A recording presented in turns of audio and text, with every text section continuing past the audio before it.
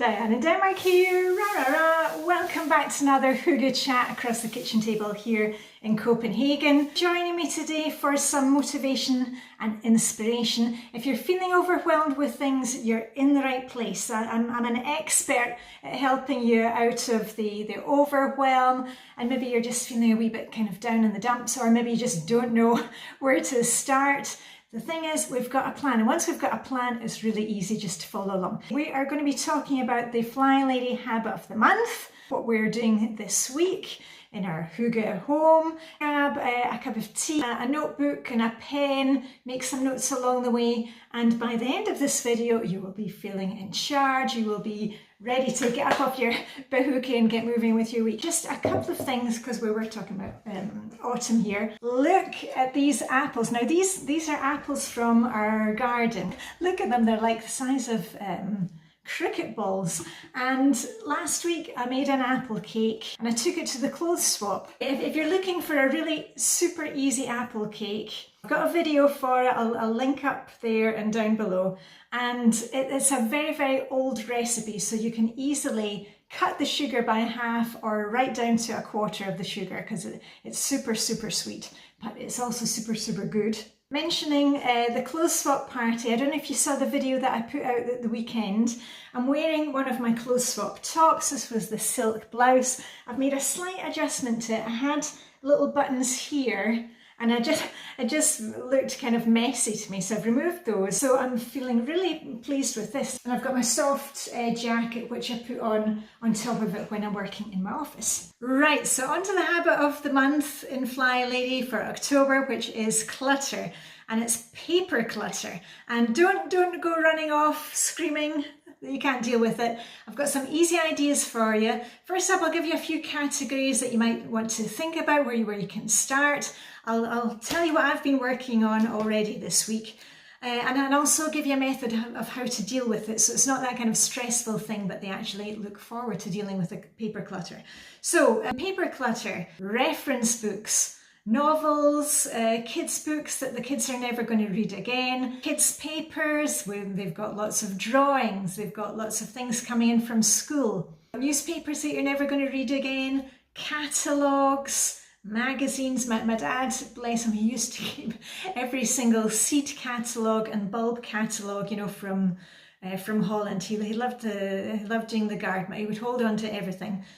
Let's think about all these little collections that we've got. Is it something that's a kind of a fantasy life, or is actually memorabilia? What's going on with those? Old birthday cards, things that you actually need for the house, passports, vaccination certificates, any kind of things like those. We need to know where these things are, and we also need to let go of a lot of the other stuff. Now, how are we going to do that? Well, of course, we've got to make it Hygge and cozy for ourselves. And what I always suggest to my coaching clients is that we set a timer. Just go for like 10 minutes. Don't overwhelm yourself with this, because the idea behind it is that we get so used to dealing with it daily for 10 minutes that it no longer becomes that angst-ridden thing that we have to deal with. You take a box or a bag, just scoop up a little handful of whatever it is and take it to an area in the house where you feel comfortable. Maybe that's the kitchen, maybe you're in the living room watching your favourite show in the evening, and you're just going to go through each item one by one and decide, do I need to keep it? Is it something that I have to deal with, or can it go out? Things like passports, vaccination certificates, we don't need to be filing those right now and start going off making a filing system. Just have those in one spot so you know where all the important papers are. Then you've got another box with things that you want to think about and may want to keep, and the other things will be going into recycling, shredding, whatever you want to do with them. And the idea behind the 10 minutes is that it lets us know that, okay, we're just going to get started on it, where we're not going to put it off any longer. And also that when we're finished the 10 minutes, we get to stop.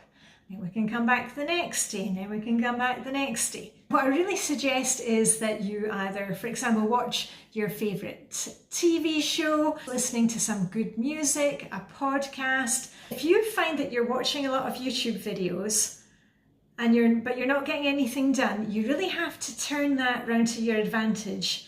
Instead of using the YouTube videos as entertainment, use it as a tool. I say this all the time to my coaching clients, that they feel like they're wasting their day watching YouTube.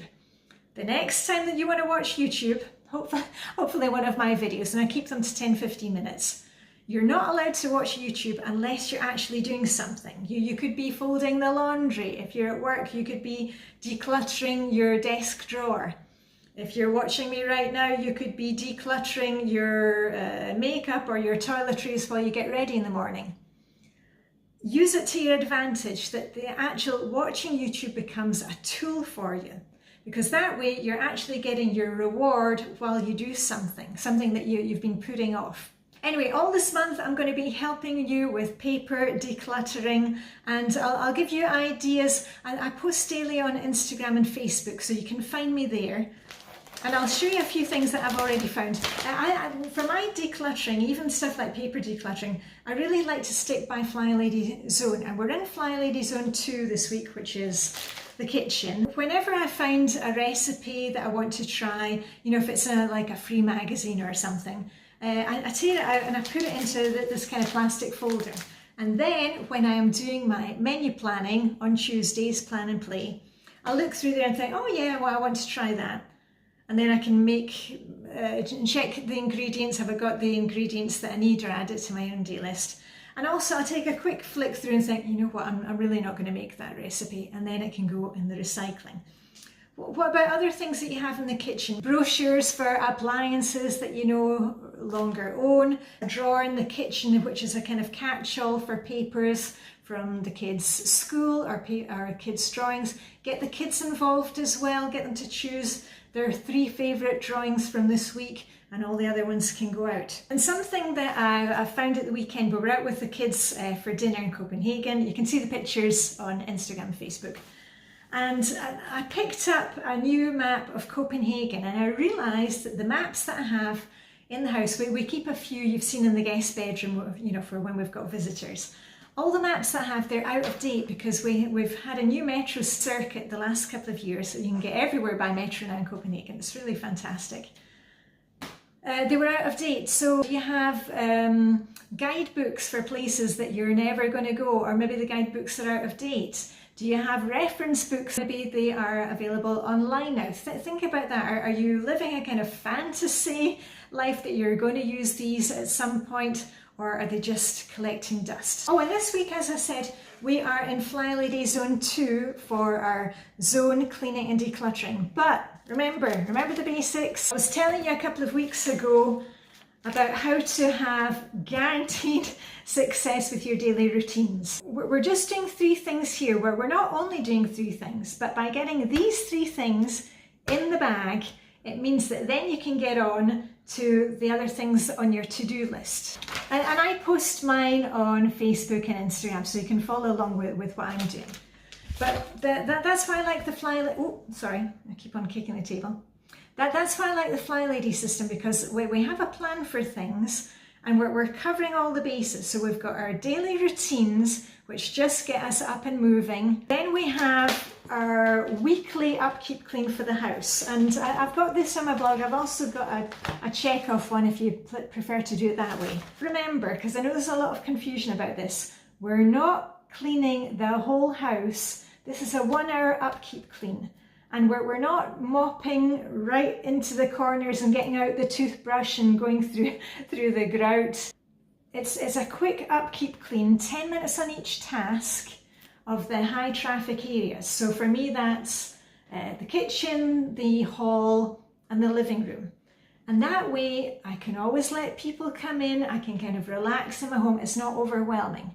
And then once you've got that underneath your belt, then you can get into the zone stuff. I've got lots of ideas for what you can do in the different zones. You do not have to be doing 15 minutes every day. What I do is I do 15 minutes. At the beginning of the week, I'll be doing 15 minutes today, because usually on Mondays I do my upkeep clean. I'll be doing 15 minutes today, actually focusing in on dusting the ceilings, giving a really good mop, things like that. the rest of the week, I'll spend a few minutes. If I've got the kettle on for a cup of tea, I can be going through a drawer. I can be tidying up the food storage, seeing what needs used up. If you're the type that's trying to do everything on that list, what is it that you're not getting done in the rest of the house? Because when I'm coaching clients, often I find out that they go overboard on one part of the Flylady system, say the decluttering, but they're not doing the cleaning, or the other way around. Because it's very easy for us to get kind of carried away with the things that we feel comfortable with and not do the other thing. I've made videos about it if you need help with that. And it's all about the balance, a bit of decluttering, a bit of cleaning during our daily routines, and also the self-care. Are you actually getting self-care every day? Because that's the number one thing that you've got to look at. If you're feeling tired, overwhelmed, grumpy, it's the self-care that isn't there in your day. I bet you 100%. And on the topic of self-care, you know, I planned some play for myself on a Tuesday, you know, for some time in the future. And I'm going to see the Stranglers, one of my favourite bands from, the first time I saw them, must have been when I was about 12 or 13 in Edinburgh. So that's like 43 years ago. And this is probably their farewell tour. Anyway, I was down in the basement and I've got all my badges ready. And I'm going tonight with my friend Catherine. You know my friend Catherine from New Zealand. Catherine's never seen them, so she's in for a treat. Oh, that's my favourite album, the black and white one. Anyway, so I've got all my badges. I'm not quite sure which one I'm going to put on tonight. I'll take them all with me. So make sure that you're planning some fun for yourself, and also make sure that you're getting self-care in daily. Watching the rain outside, going for a walk and looking at all the beautiful autumn colours, lighting a candle while you do your evening routine. Oh, and some exciting news coming up. One of the things that really helps me moving into winter is getting prepped for the festive season, for Christmas coming up. I will be leading you through a little Hygge planning thing for Christmas. I've got a little worksheet for you. We'll be working on little Hygge missions, cozy things that we can do, things that we can make. If you want the full Hygge experience and want to really enjoy getting ready for Christmas, or it can be anything else that you're planning, make sure that you have subscribed so that you get the videos. And remember to like today's video. As my son tells me, I've got to remind you. Hope you got a bit of motivation and inspiration today, and I think there's going to be another apple cake coming very soon in our future. Live long, prosper. May the Danish Hygge be with you, and I'll see you very soon with a rap, rap, rap. Okay, bye for now.